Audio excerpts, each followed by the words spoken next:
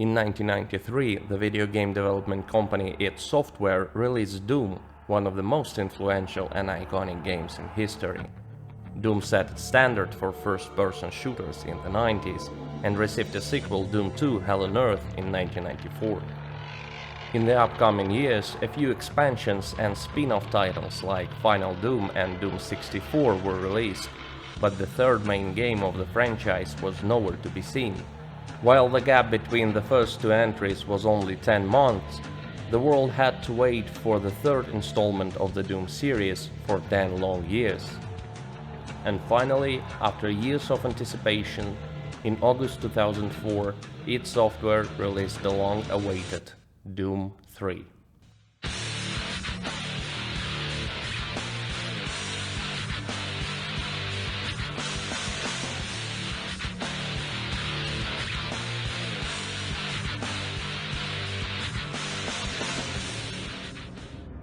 Doom 3 received positive feedback at launch and was praised for its visuals, presentation and dark atmosphere.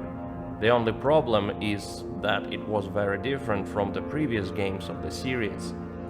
Unlike its predecessors, which placed a heavy emphasis on fighting against hordes of enemies, Doom 3 took a more pronounced turn towards horror. It wasn't necessarily bad, just wasn't what some players were expecting from a Doom game. Going 8 years forward, an enhanced and expanded version of the game was released, called Doom 3 BFG Edition.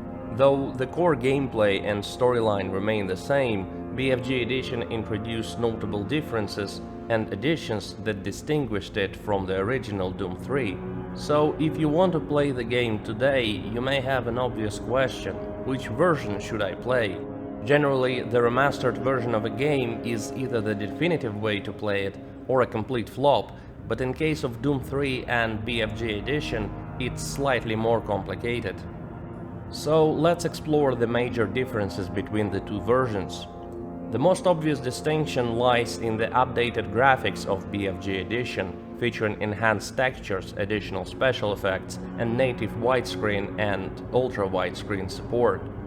While it is possible to set up custom resolutions for the original game by modifying the configuration file, doing so results in a stretched HUD, and fixing it would require custom fan-made modifications, which I will not be covering in this video as there are dozens of them and choosing one would be a daunting task. One of the most significant visual changes in the remaster is the lighting system, which renders the game brighter than the original even when the brightness setting is maximized. This alteration is perceived by many players as detrimental to the horror atmosphere of the game. Using console commands, it's possible to set lighting as close as possible to the original, but as far as I know, it's only applicable for the PC version. The next difference is quite significant and concerns the flashlight in the game. In the original Doom 3, players were unable to simultaneously use their weapon and the flashlight, which was an essential part of the gameplay. However, this was changed in BFG Edition. Now, the flashlight is attached to the armor and thus can be used with the weapon at the same time. Interestingly, the flashlight also has a 30-second charge, but a full recharge only takes 3 seconds, so frankly it is not quite clear why they introduced a charging system for the flashlight in the first place.